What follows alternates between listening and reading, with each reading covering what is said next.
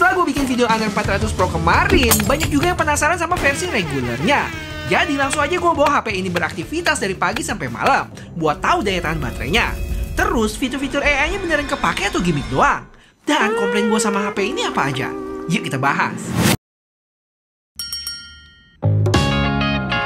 Good morning guys, kali ini kita sehari bersama lagi bareng.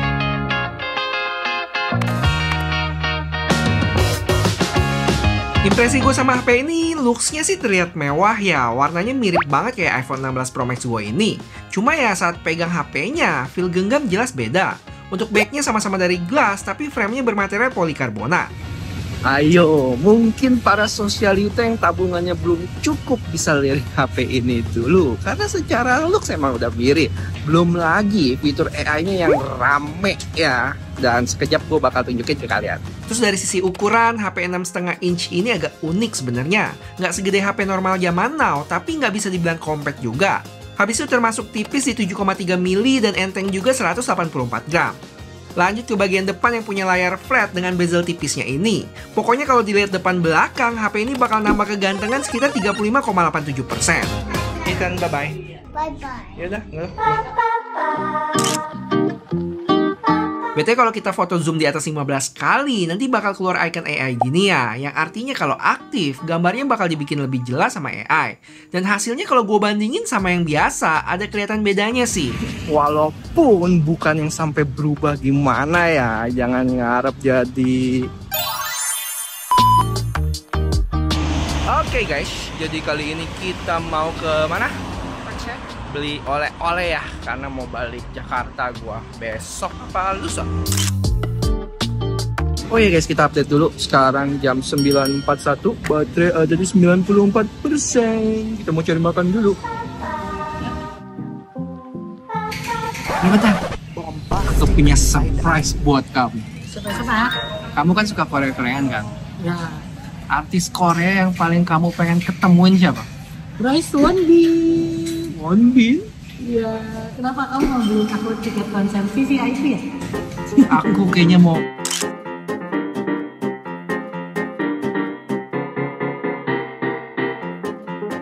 Ini surprise-nya.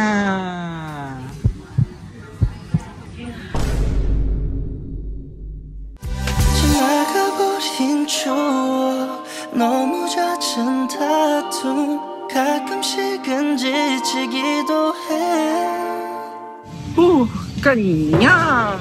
Oh ya guys, buat resolusi HP ini, videonya dia bisa mentok sampai 4K 30, kamera depan dan belakang ya. Terus untuk ultrawide-nya sendiri, dia bisa shoot di 1080p 30 dan 4K 30. Jadi nggak bisa 1080p 60 guys. Dan menurut gue ini juga salah satu nilai plus banget dari HP ini, yaitu pas lagi recording kita bisa pindah lensa ya depan ke belakang. Tada! Dan dari sini juga bisa pindah ke ultrawide. Padahal ini resolusi 4K loh. Pindah ke depan lagi.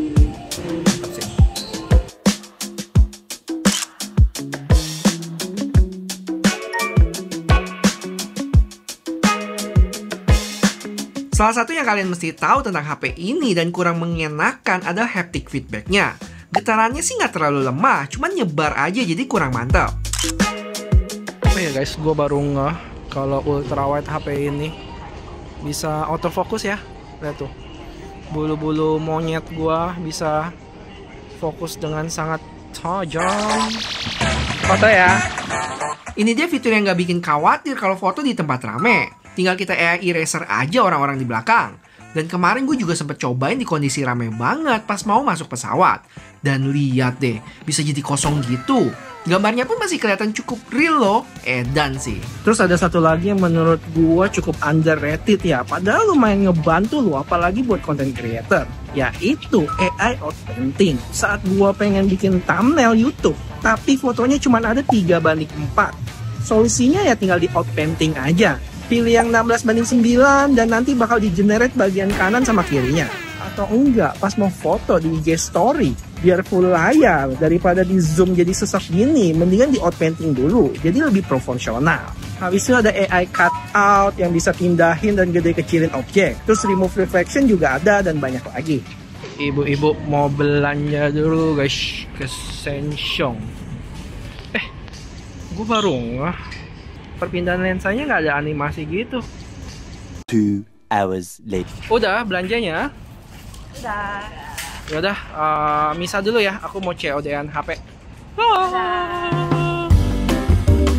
Oke guys, sambil nunggu orangnya, gue pengen share tentang AI yang mana selain foto sama video, dia ada AI lainnya ya. Kayak yang standar Gemini sama Circle to Search ada tuh.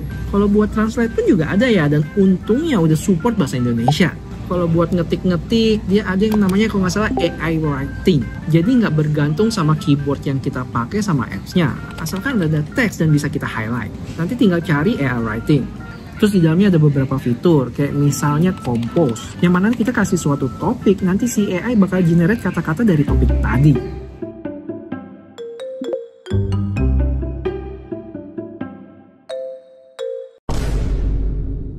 Terus ada Rewrite, yang mana bahasa kita bisa dipoles lagi, dan gaya bahasanya juga bisa diubah. Dan terakhir ada yang namanya Proofread, yang kadang ngebantu juga sih kalau misalnya gue textingan sama orang luar. Dan jujur grammar Inggris gue lumayan kacau sih, jadi sebelum kirim bisa cek dulu dan dibenerin sama doi. Oke guys, kalau ngomongin brightness outdoor ini udah cukup baik ya sambil Google Maps gini. Cuman kalau untuk yang terik banget mulai samar-samar ya, walaupun ya masih kelihatan juga sebenarnya. Betul guys, kalau kalian suka sama konsep sehari bersama kayak gini, jangan bosen-bosen kasih tahu gue dengan like video ini ya. Kalau rame, walaupun capek bikinnya, bakal gue gas terus, oke? Thank you. Oke guys, sampai rumah juga. Dan update dulu, sekarang jam 1:10, baterai ada di 65% ya. Next gue masih kerja dulu bentar, tapi sebelumnya gue pengen bahas secara singkat spesifikasinya ya, yang punya layar 6,55 inch dengan chipset yang kayaknya bakal dimendang-mendingin netizen nih, yaitu Snapdragon 7 Gen 3. Chipset yang dipakai sama Vivo V50. Tapi pas gue cek UFS-nya udah kepala 3 loh. UFS 3.1 mungkin dengan skor AnTuTu di sekitar 850.000. Ya bukan chipset yang ngebut, tapi nggak lambat juga. Ya buat ngelakuin aktivitas sehari-hari udah cukup. Dan untungnya secara RAM dan storage udah tinggi juga tuh, 12 GB RAM dan 512 storage. Dari sisi baterai dia punya kapasitas 6000 mAh yang support 66 watt charging.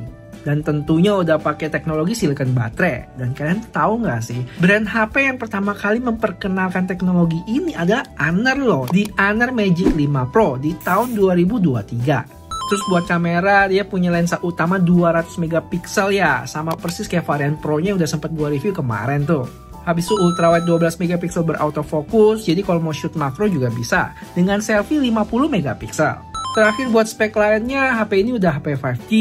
Terus nih salah satu nilai lebih nih dari HP ini, yaitu udah support eSIM. Habis itu stereo speaker IP66 yang udah tahan ciprat-ciprat ya, bukan celup-celup. NFC, Air Blaster, dan lain sebagainya. Oke, next kita main Mobile Legends guys, refreshing dulu. Walaupun chipset HP ini bukannya ngebut, tapi buat mainin game kayak Mobile Legends yang gua set rata kanan ini masih nyaman buat dimainin kok. Overall cukup mulus ya, kecuali kalau lagi rame banget, itu baru sesekali ada drop. Terus dari sisi game mode-nya standar aja sih. Paling yang menarik itu ada fitur Assistive Crosshair. Jadi bakal berguna banget buat yang main game tembak-tembakan. Sama lagi ngegame gini, kita bisa buka app lain jadi mini window gitu ya. Jadi misalnya kalau lagi bengong di lobby atau lagi mati, bisa WhatsApp atau sosmedan dulu. Oh iya, update dulu. Sekarang jam 5:30, baterai di 43% ya. Selamat sore guys. Kali ini kita jalan-jalan lagi part 2. Jemput bocil terus.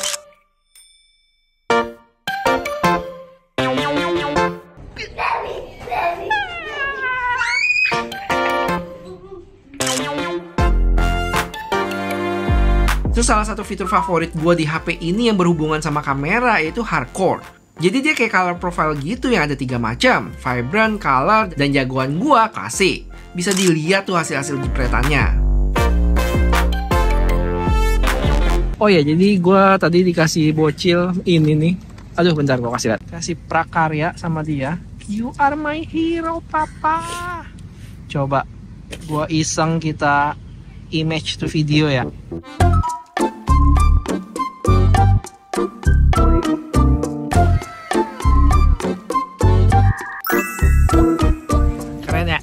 Cuman kayak yang gue bilang di video sebelumnya, untuk pemakaiannya terbatas ya di 10 kali aja per hari, yang sebenarnya udah cukup banyak sih. Dikali 30 sebulan kalian bisa generate 300 video. Dan jangan lupa dalam waktu yang terbatas juga.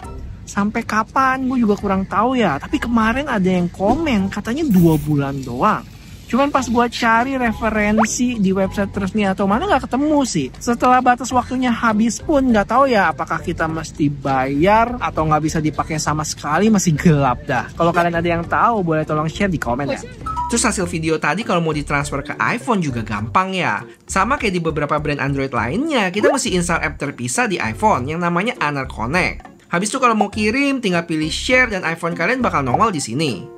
Tapi pastiin Anar Connect-nya udah dibuka ya. Habis itu tinggal di oke-okein aja dan ke transfer deh.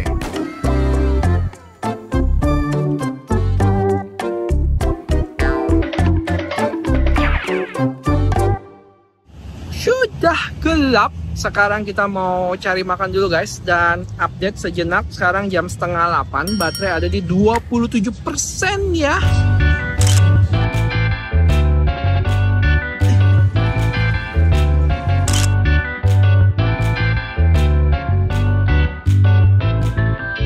Guys, salah satu yang gue suka dari HP Anar di Magic OS-nya adalah fitur Magic Portal ya. Yang intinya memperpendek langkah kita buat melakukan sesuatu. Salah satunya kalau misalnya kita dikasih alamat atau nama tempat, kita bisa tinggal tahan aja teksnya, terus drag ke Google Maps. Tuh, langsung keluar informasi dan lokasinya. Dibanding kita copy dulu, keluar, buka Google Maps, dan paste nama tempatnya tadi. Atau kalau ketemu gambar yang menarik dan mau post di IG juga, tinggal linkerin aja bagian yang mau di-post, terus pilih story deh, dan langsung bisa tuh. Oke guys, kita udah mau balik dulu. Dan overall kalau ngomongin kamera, kalau ngomongin kamera, dari sisi foto sih menurut gua kualitasnya udah baik ya di HP ini. Terutama buat lensa utamanya nih. Apalagi portraitnya yang punya mode hardcore tadi, wah favorit. Paling dari sisi video sih yang menurut gue mesti ditingkatin lagi. Walaupun ada beberapa hal yang gue suka juga sih, kayak misalnya dia bisa lagi recording, bisa pindah lensa dari depan ke belakang dan sebaliknya. Terus selfie-nya juga bisa shoot 4K, mantap.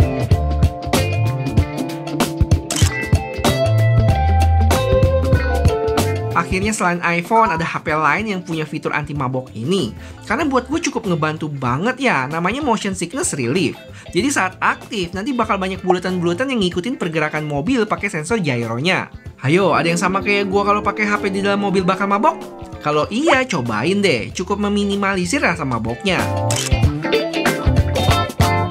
Oke guys, sampai rumah juga dan update dulu. Sekarang jam 21.46. Baterai ada di 10% ya. Yuk kita habisin dulu dengan nonton YouTube. Iya, salah orang kayaknya. Dan akhirnya baterai sekarang ada di 5% di jam 10:30. Dengan SOT ada di 6,5 jam ya. Yang udah termasuk baik kok. Patokan gue sih kalau di atas 6 jam udah oke tuh. Untuk penggunaannya ada YouTube, IG, dan kamera sejaman lebih. Terus galeri, WhatsApp, dan lainnya. HP ini punya 3 warna ya, ada hitam, gold, sama biru. Untuk harganya sendiri, gue belum ada info, tapi sebagai gambaran di Singapura sini, untuk varian yang sama 12+512 dijual 600 Singapura dolar, atau kalau dirupiahin 7,6 juta. Plus dapat banyak hadiah juga. Harga Singapura ini termasuk tinggi ya, menurut gue kalau di 5 jutaan sih bakal menarik banget. Cuman, kalaupun 6 jutaan, mungkin ya, masih oke sih, secara storage-nya 512 GB yang jatuhnya bakal saingan sama mid-range Samsung atau Vivo. Gimana menurut kalian? Terus HP ini cocok buat siapa? Jelas bukan buat pemuja chipset, tapi buat kalian yang lebih pentingin desain mewah, foto-foto cakep, fitur AI berlimpah, terutama dari sisi imagingnya, dengan dukungan software dan ekosistem yang kuat. Sekarang pertanyaan gue buat teman-teman, apakah HP ini cocok buat kalian? Atau mending brand sebelah aja? Coba share pendapatnya di komen deh.